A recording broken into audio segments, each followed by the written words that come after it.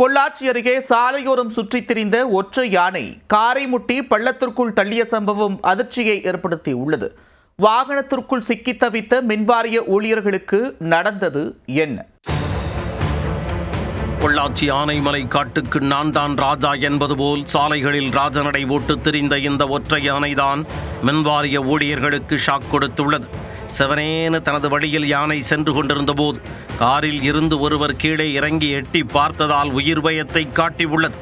செல்லிக்கொம்பன் கோபம் கொண்டதன் பின்னணி என்ன?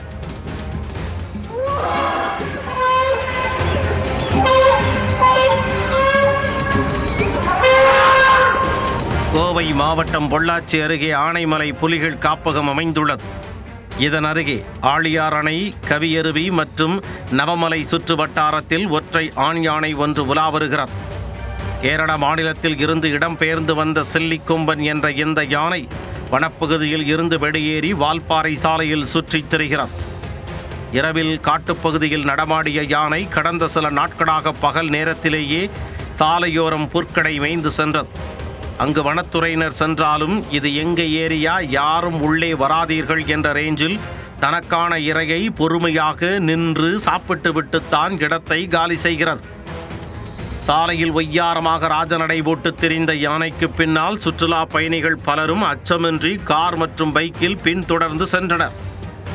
நவமலை மின்சார குடியிருப்பு பகுதியில் மேய்ந்து கொண்டிருப்பது செல்லிக்கொம்பன் என்ற அச்சம் துளியும் இல்லாமல் சுற்றுலா பயணிகள் அதன் அருகில் நின்று புகைப்படம் எடுத்த காட்சியையும் பார்க்க முடிந்தது.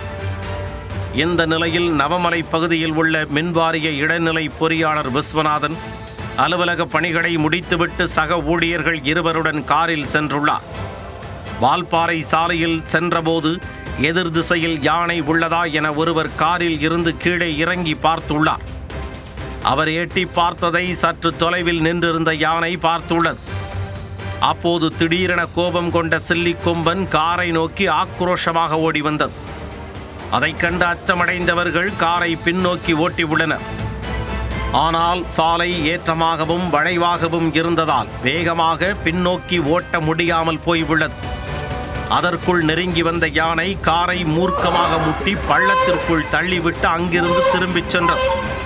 10 அடி பள்ளத்திற்குள் கார் கவிழ்ந்த போதும் நல்வாய்ப்பாக 3 பேரும் லேசான காயத்துடன் கண்டத்தில் இருந்து தப்பினர்.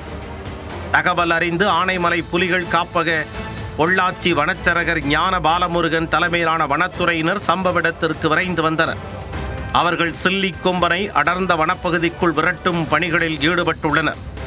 வால்பாறை சாலையில் பயணிக்கும் பொதுமக்கள் மற்றும் சுற்றுலா பயணிகள் மிகுந்த கவனமுடன் செல்ல வேண்டும் எனவும் செல்லிக்கொம்பனை கண்டால் வாகனத்தை நிறுத்தி புகைப்படம் எடுக்கக்கூடாது எனவும் வனத்துறையினர் அறிவுறுத்தியுள்ளனர்.